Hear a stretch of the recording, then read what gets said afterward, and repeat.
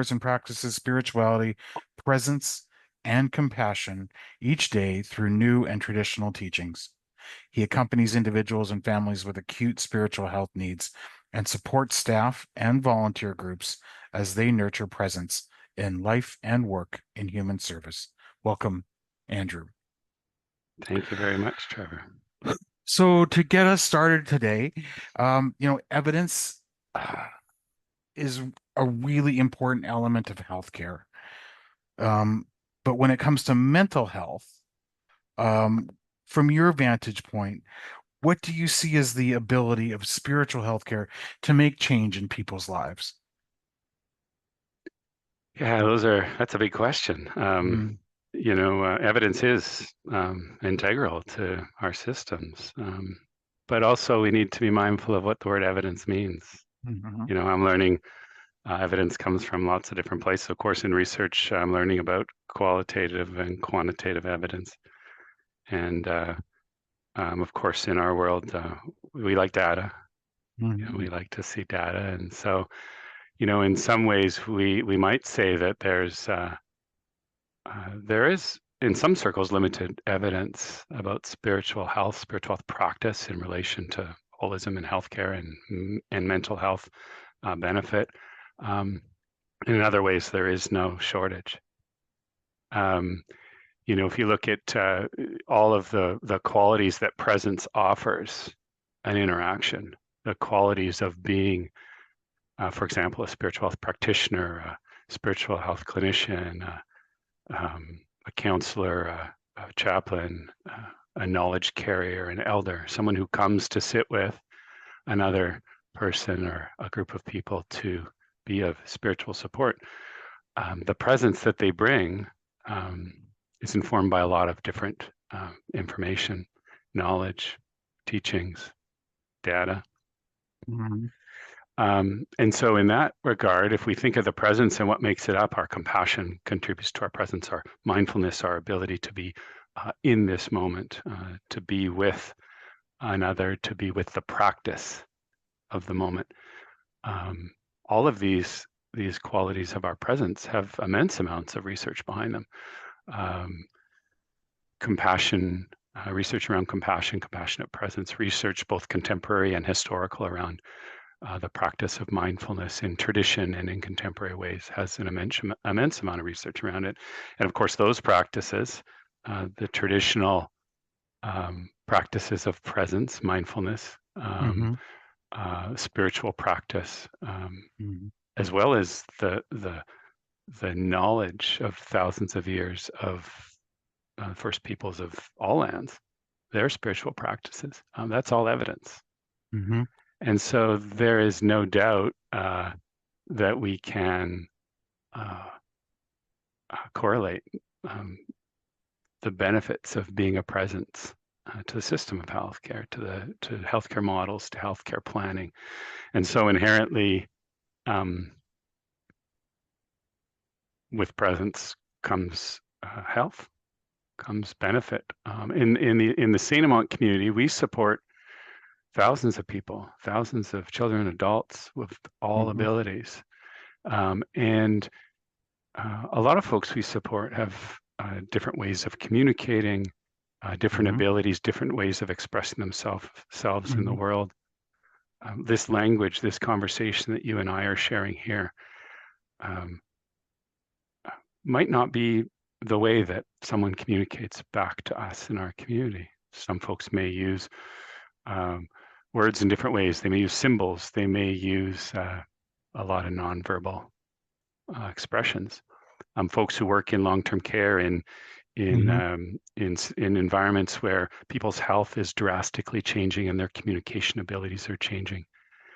In all of these environments, we know the power of presence, of being with another, being a presence to another, a skillful presence to another that speaks compassion, speaks love, um, without a word that can say, "I'm here for you," is the foundation for someone uh, feeling seen, feeling heard when they don't understand the words. We can say, "I'm here for you" with words, but if we say it with our presence and they don't understand the words, they will know. And so presence has a profound impact to capture relationship in a moment of vulnerability. Hmm. Can Uh, you could you have some examples of how that type of presence or mindfulness that you've talked about have impacted the mental health of people that you work with, people that you support, or mm, um yeah, I think first thing we can do is look at the definition of mental health, the capacity to be present in the moment with our thoughts in a healthy way. To struggle with mental health is to not be in balance or to be healthy in thought, or to struggle with making sense and meaning, to connecting with uh, courage and confidence in ourselves, because our thoughts can be challenging. And so when we think of uh, the experiences we can all relate to as humans, as people who suffer, when we struggle with mental health, um, we struggle with courage, we struggle with confidence, um, we struggle with rumination, which can create a profound burden on our physical and emotional health. Um, the definition of mindfulness, we were talking earlier about mindfulness, the definition of mindfulness is to be with the present moment, uh, to know what's happening in our mind without getting carried away by it. In mental health crisis or mental health struggle, that is what happens. Um, we struggle with staying present. We get taken by story and by questions and by worries about past and future. Presence is about just that. It's about being present. And just the same way we can suffer empathically with people, we can also empathically be present and feel the presence of others. And so when the skillful practitioner, when the person um, bringing that skillful presence to the circle or to the individual arrives, the other has the ability to come into that presence as well. That the sharing of presence is something that we know happens. And so if you share with me a presence that says, I'm here for you, when you breathe and sit with me in silence and I see you here with me, it can has the ability to bring me into that present moment. And we know for one thing that when we're present with something, we're not with everything else. Not to say that spiritual practice or any type of presence practice is purpose to remove suffering. Suffering's a part of life.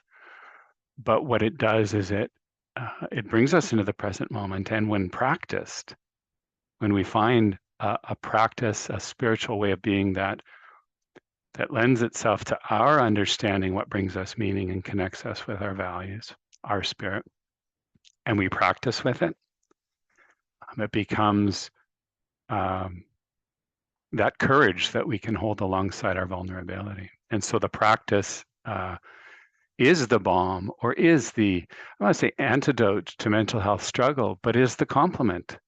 Suffering is a part of life. And so practice is the opposite.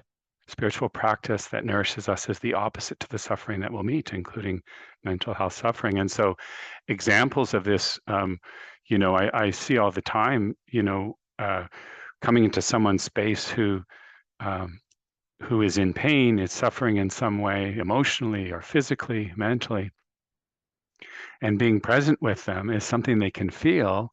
It doesn't uh, it doesn't alleviate all of the suffering, but it can alleviate it some.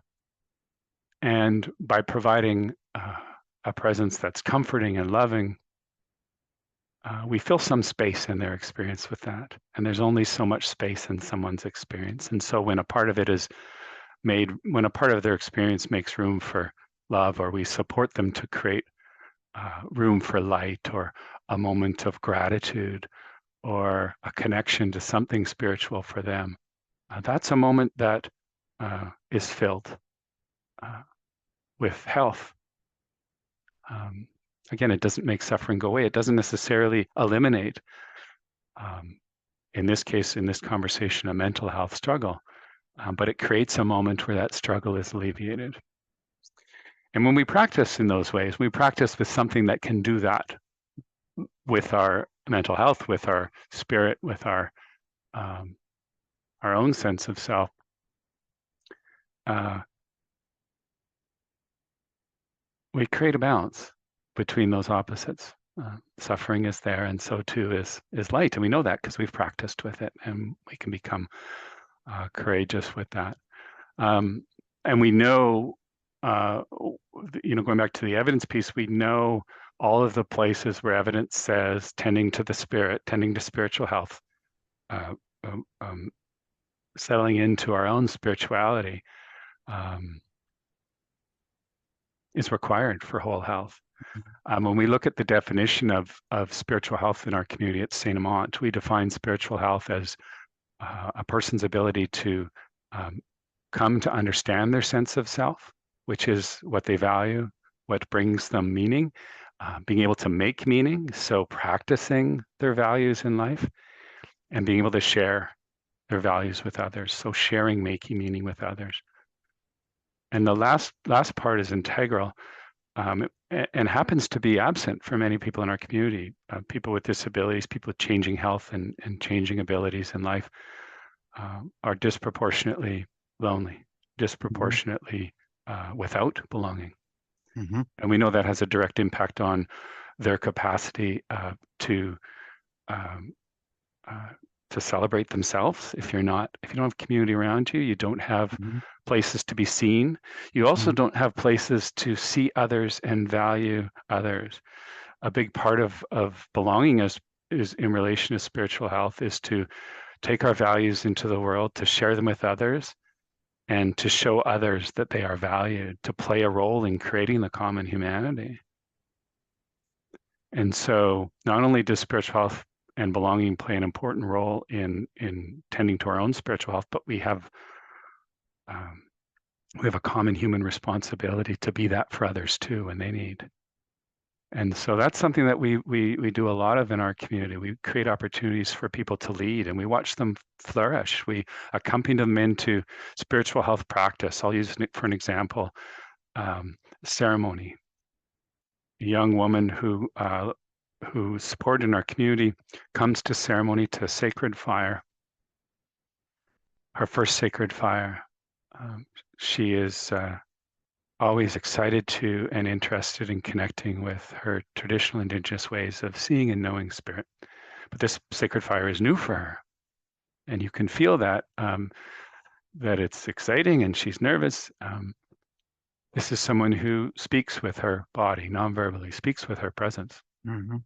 She comes to the circle in her ribbon skirt, and she comes to the fire, supported to bring her wheelchair close to the fire. And in advance, I had invited her to support myself and the knowledge carrier at the fire, tending to the fire. And she knew what this responsibility was. Not only did it require to bring her presence to the fire, but it required her to share her presence with the fire and everyone in the circle. She was responsible for helping to feed the fire, placing wood and tobacco on the fire. And so Mm-hmm. we placed the pile of wood on her wheelchair and we helped her place the wood into the fire to feed the fire and to place the tobacco in the fire each time she did. Uh, we could understand that the presence she was cultivating, that she was practicing, was changing. She was becoming more aware of the importance of what she was doing as the ceremony unfolded. Mm-hmm. That was nourishing for her. That practice of presence was coming alive in her sense of self and the way she was expressing herself. But when you looked around the circle, she was taking care of everyone else too, and I believe she knew this. Mm-hmm. And so presence is one thing, but And what an practicing important opportunity maybe for her to be one who so often receives care, to be Mhm. the one to actually distribute or administer care to others. Yeah, words we like to use are share and be a support to and accompany others. So often, marginalized folks, regardless of why they're marginalized in life, opportunities to be leaders, Hmm. decrease Yep. or are never discovered. Hmm. That's an important part of our spiritual health model. Hmm. Um, yeah, and so I'll be honest with you, when we talk about those opportunities, these are responsibilities that beyond spiritual health practitioners, we all hold in human service. If you can imagine someone whose health is changing, they're in hospital, they're in long-term care, they're supported in community in an independent living but supported way due to health or disability. They have a lot of people in their life. They have a lot of Paid people coming and going. paid supports, not Of natural course, supports. of Yeah. course. A little fact, if you are uh, a 60-year-old adult with a developmental disability in 2024, Mm. and we know generally what the journey has been in health and in life and in support model for a person who's that age in the Mm. disability world. You will have experienced almost 800 support providers in those 60 years. Mm. And so, two things that come from that: we understand the deep importance of presence to one's sense of safety and agency in their life, because every single person who comes into their life, they need to trust. Mm. And when it comes to spiritual health and mental health, we know those both hold a sense of vulnerability. To put yourself in the world, to want to know who you are, to not be sure of who you are, to make meaning but not know how, to want community but not know it yet. Mhm. Stepping into those spaces are difficult for you or I, Mhm. for any human Mhm. at times. But for life and health to indicate that you need accompaniment to do that, every single person in your life needs to understand your values, your sense of self, who you're becoming, who you want to be, how you want to make meaning, and who you want to share it with. They need to Mhm. understand your spiritual health as defined. Mhm. And so every single person in your life will play a role in that, and inherently in your mental and emotional health too. Because when we don't feel courageous with who we are, or we're unsure about our spirit, our mental and emotional health will suffer, and so too will our physical health. And so Mhm. therein draws the parallel between what we define as spiritual health, a sense of self and values, making meaning with our Mhm. values, and knowing the value of relationship and sharing our values. There's a barrier to those things. Our whole health can suffer. The opposite is true when we tend to it, when we accompany people in ways that allows them to feel courageous with their vulnerability. And so, like that, the young woman at the fire, I think of the teaching of humility. I'm learning about the sacred teachings in my life, and through Mhm. colleagues who I'm grateful in the Indigenous health community, uh, who help us understand the way of seeing the gift in not knowing, knowing that we all have strengths and skills, gifts to offer the world, and part of us does not know. Part of us needs to be grateful and loving of not knowing, so that we open ourselves to be okay and courageous with that vulnerability. And that humility is not only an important part of one's spiritual health, but as an organization, we hold it with deep importance, because we don't ever know where someone has come from or where they're going. They come into health and human service. This would be true for anyone you talk to in your series and anyone who works in human service and healthcare. Uh, People don't show up because they want to.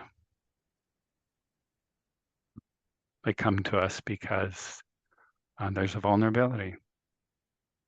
And so um, spiritual health plays a role in creating that courage. Mhm.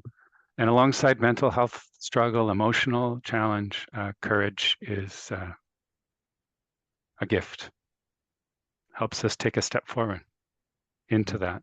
and to remind ourselves that we're commonly human, that we suffer and we're human, and we deserve and should experience joy too. And so uh, we can hold both of those. I think mental health is being nourished. Hmm. Yeah, even in the presence of suffering, we can be nourished. And the other important thing to note, my view on spiritual health is it's the one dimension of health that we can tend to and heal without question.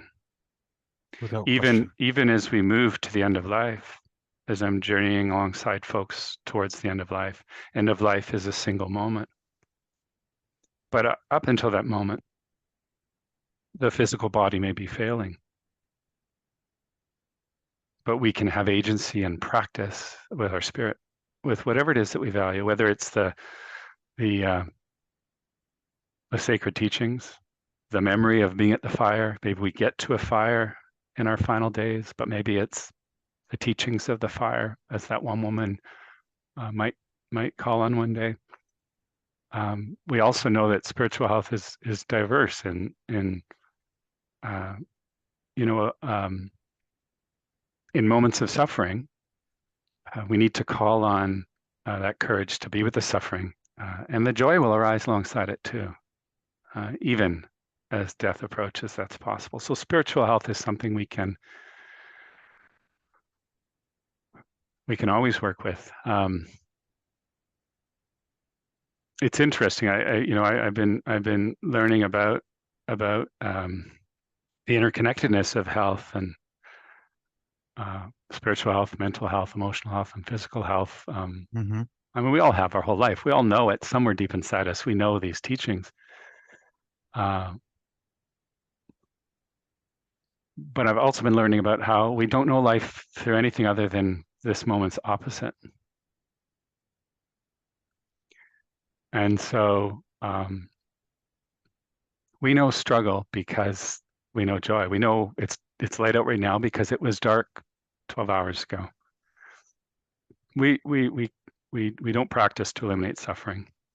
We we practice because we suffer, and we move through that, and there's joy there. I mean, that's why in some traditions I've learned, you have to love suffering. Not an easy thing to say, but we have to love it because it is the source of love as well. It's the Hmm. source of joy. And so uh, when we reflect on mental health, especially when we reflect on present day and trying to release all of the stigmas around it, Hmm. um, honoring that it's not only something that we all have, but it's uh, something that spiritual health practice, when we touch into our values, can help us with, to find our seat, to know who we are, to love who we are, including our mental health. Um, that's a real gift. And that's a gift we carry through our entire lives, right up until the moment life ends. That's a long-winded way of answering your question, how spiritual health and mental health are interconnected. Yeah. Oh, there was so much wisdom in there.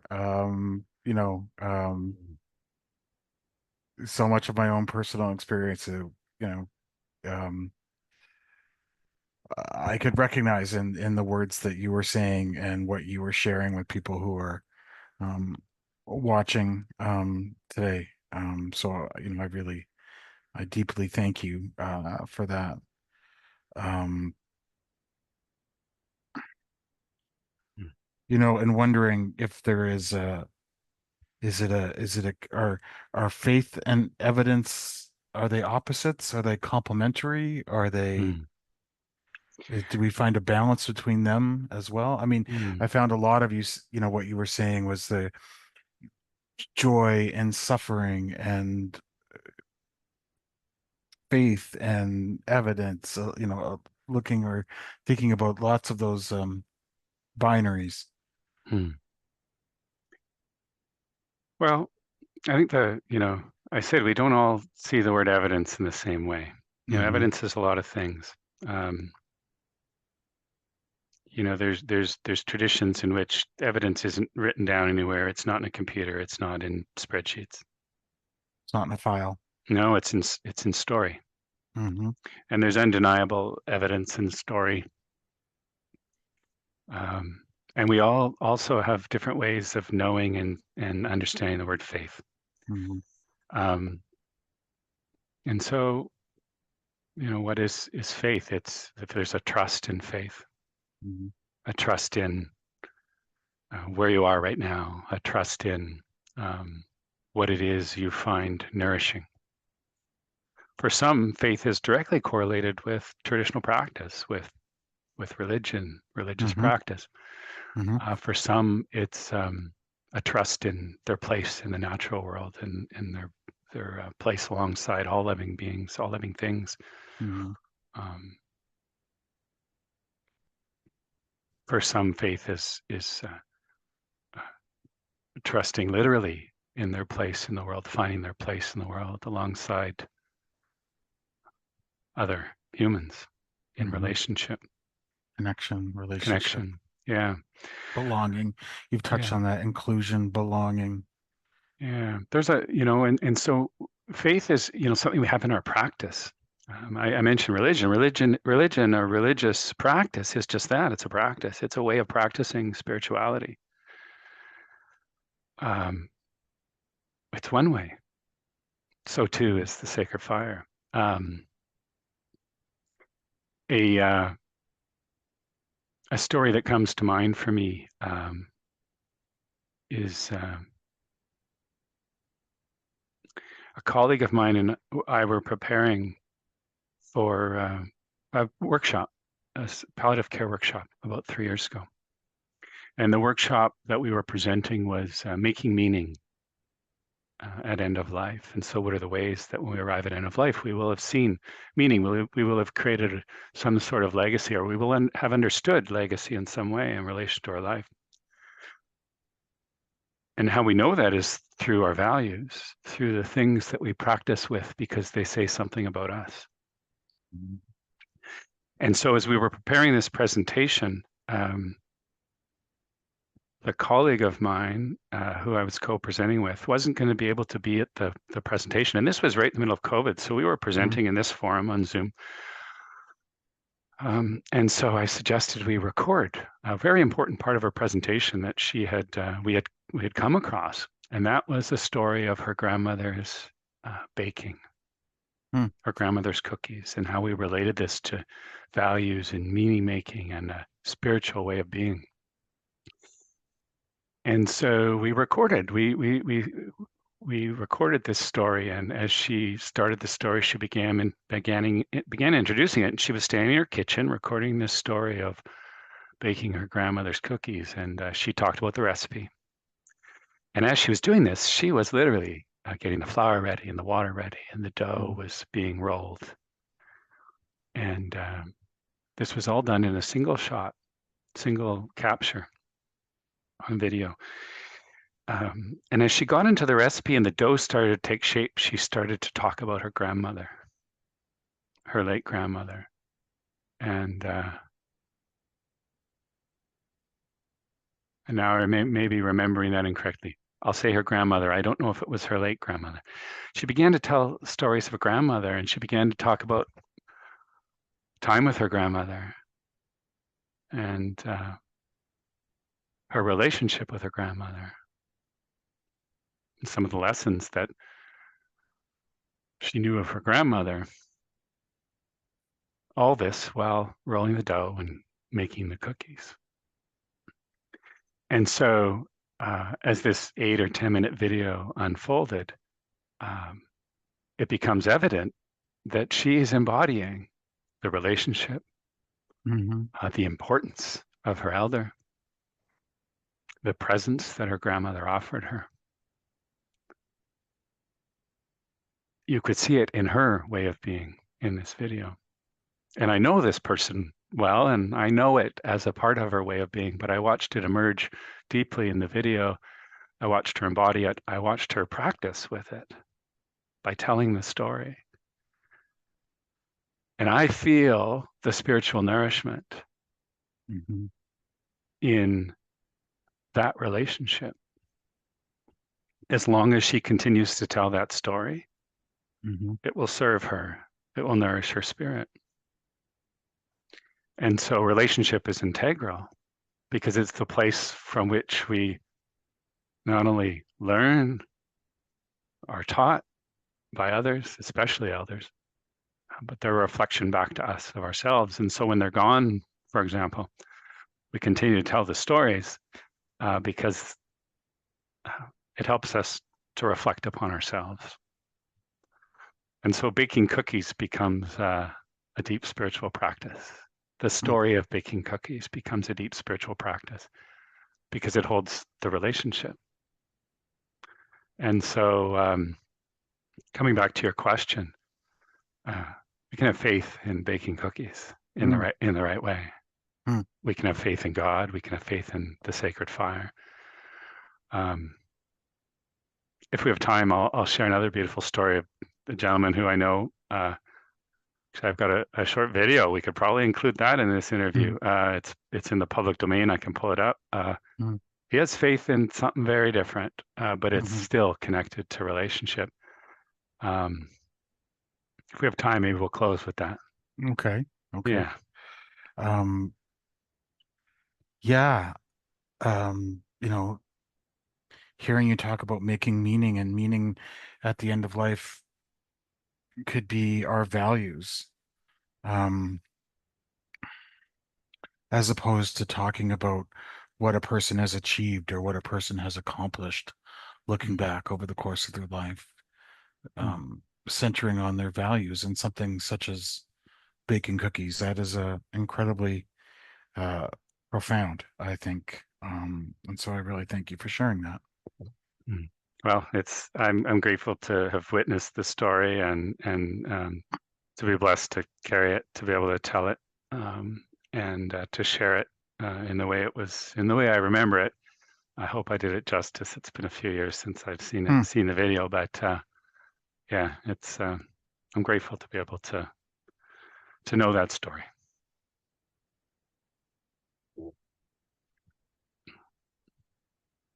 I, Um, a quick reflection on that. You know, I neglected to close your question was about faith and about evidence, and I felt the evidence. mhm, Yeah, I don't need data there. Um, I don't need data more than the qualitative experience of hearing the story. That's the mhm, evidence. This is not something new, as I mentioned. There's lots of traditions where spoken word is the way that evidence is passed on, mhm, um, and it's good that mhm. we uh, have both ways of seeing. That To right we have seeing. many ways of seeing. Correct? Yeah, we have. There are many ways to see, many ways to know spirit. It just makes me think about how much is lost when we focus exclusively or so much on evidence. When we talk about, a person who is 60, with a developmental disability, having 800 people come in and out their door, when we don't focus on relationship, on presence, on values, on meaning, Mm. just how much is lost if we do focus too heavily on the evidence-based side, or the what's tangible, what's. Yeah, or have a narrow view of what evidence and Hmm. tangibility are. I mean, Yeah. the things I spoke about there, the Hmm. story, the feeling of being in Hmm. proximity to the fire, the warmth of the fire, the way the Hmm. cookies smell when they're baking. Hmm. Um, for a lot of people I support, that's the evidence. Hmm. That's the Yeah. tangibility. That trust is worthy of arising, of allowing trust to arise in your heart. That's the source of courage, is the feeling into. That's the evidence. Uh, when we say understanding, evidence, understanding, that's a narrow. There's many ways we can understand things. We can understand Hmm. them. We can understand them.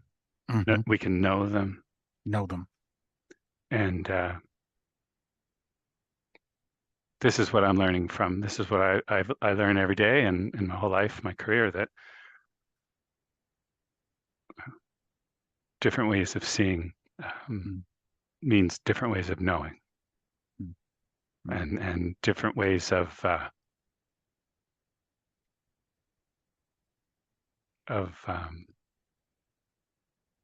defining evidence. mhm, There's no other way. We're mhm, all unique humans. We all have gifts to share. mm, Um, Different ways of seeing and knowing, different ways of being with, different ways of evidence are not only important but integral to everyone deeply mhm, feeling and knowing belonging. They have to be amongst people who see them and who see them as they are. mhm. Would you like to share that video? Would you like to cue that up and that could, Yeah, I think I can do that. Just give me a moment as I reflect on this. This gentleman, as I mentioned, this is in the public domain. You'll find this on our YouTube page, okay, on your YouTube page? on Saint Amant's YouTube It's on page. Saint Amant's YouTube page. Okay, so people can Yeah, go to YouTube and look for the Saint Amant channel if they want to. yeah. Okay, Um, and just have you enable screen sharing. yeah. Um, I don't think I need to introduce the video. All I can say is for this to happen, um, this person's values have to be known. They have to have found a courage and a confidence, Hmm. a a passion, a spirit for living into their values. And a Hmm. lot of people along the way had to practice good spiritual health with this Hmm. person. I mean, family, I mean, friends, I mean, frontline healthcare providers, Hmm. healthcare aides, or personal support workers, Hmm. um, leaders at all levels Hmm. of life. You know, that folks in the sum of that 800 people that we talked about earlier need to be committed to creating space for this person Hmm. to live Creating opportunity, as deeply as they are able. education, experience, exposure. Just excuse me for 1 second. You're calling on my technical abilities. You're asking me to get out of my heart and into my head. Mhm. And so I'm going to do that. And just give me 1 second here. There we go. Okay, so I'm sharing this story. Um, I'm nourished by it each time I see it. This is spiritual health. This is nourishment. This is values and meaningful life uh, coming alive deeply. I'll just have you confirm with me that you can see this video. I can. Russ and And Fred. Yeah. yeah, just give me a thumbs up when you hear the audio track come in.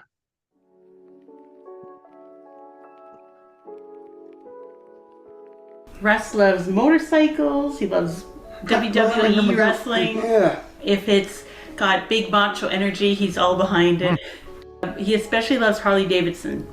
Has lots and lots of gear, but especially over the pandemic, didn't have a way of connecting with anyone in the community very much. And I think felt a little bit depressed because he was isolated and didn't have a chance to meet new friends. So we've known about the autism ride for a while, and Russ actually buys tickets to the raffle. This year, when we found out they were doing the full ride at the Harley Davidson store where Russ likes to go, we knew we needed to be involved somehow. Right?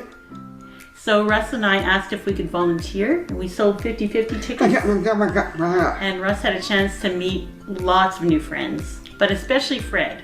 So Fred spent some time getting to know Russ during lunch and offered to take Russ for a ride on his bike. Russ wasn't quite ready for that, but he got to rev it. And after the ride, we all went to Tim Hortons to get to know each other better. And Russ has been meeting with Fred regularly ever since. They've become really good friends.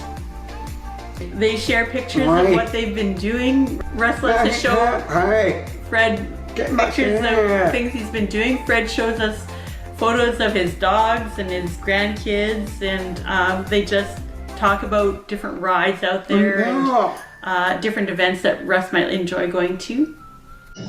A real good friend of mine, and everybody I tell that I'm, when I come down there, they want me to do other stuff. As no, I gotta go see my buddy Russ. Oh, he's more important than me. Yeah, he is, because he's a good friend. Like, could almost go to the point and say where I love you. As a friend. We're able to go to the autism ride. It made a change for Russ. He became a totally different person. So much happier. So proud to have a new friend, and the richness it's brought to his life over the last number of months has been pretty remarkable. Like even yesterday on my ride out to Morden, I got to go to the restaurant. It's a big part of my day. This is what we work for. Like this is it. This is the brass ring. I left that day in tears because Russ had finally made a real friend that wasn't being paid for his time, had no reason to be with Russ other than the fact that he's awesome and that they connected on a real level.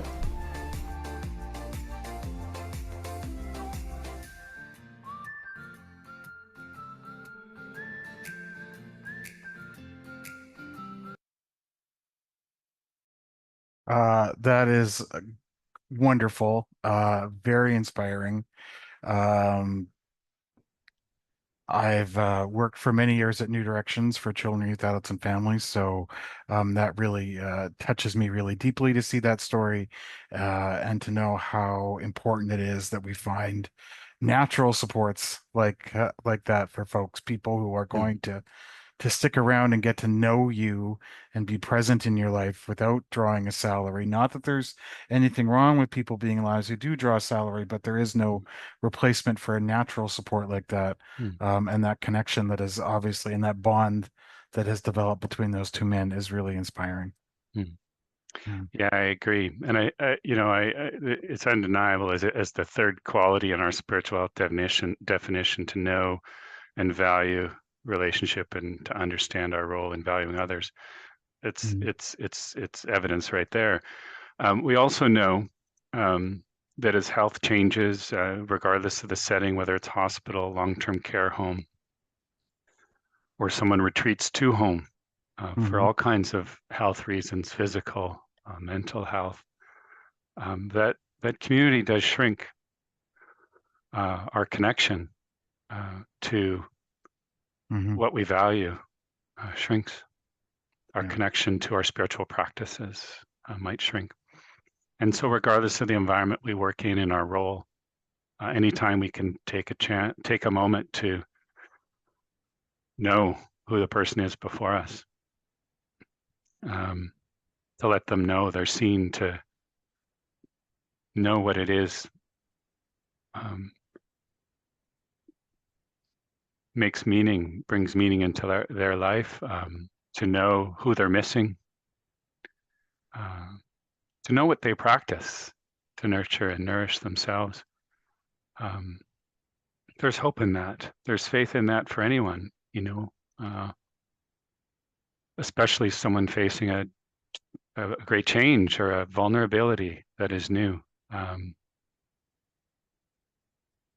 There's nothing more that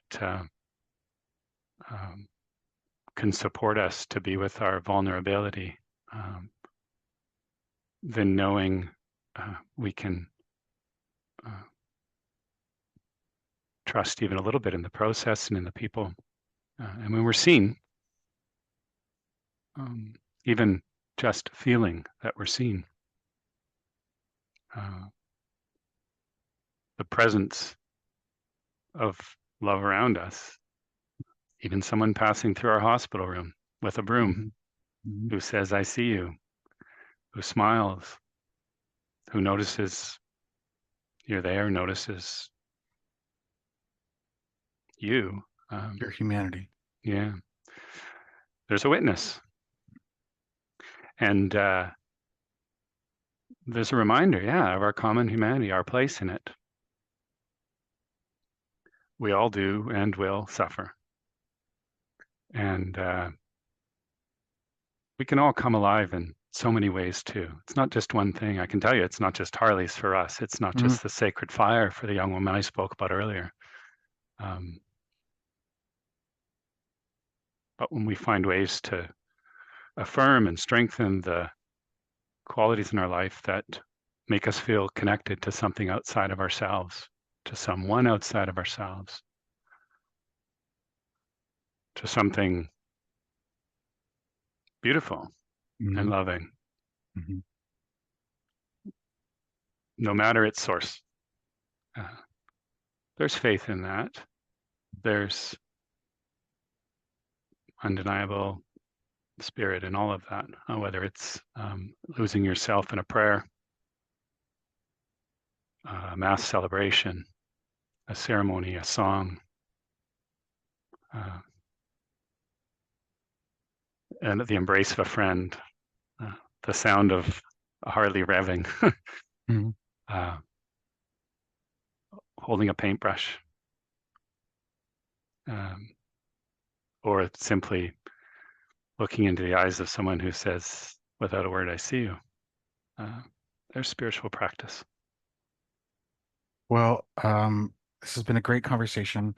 I appreciate you joining us. I appreciate your presence here with me today. And I just want to say thank you. And I hope people watching also enjoyed hearing you talk on the subject of the power of presence, how spiritual care impacts mental health. So thank you very much, Andrew. Thank you. Thank you. Nice to be with you.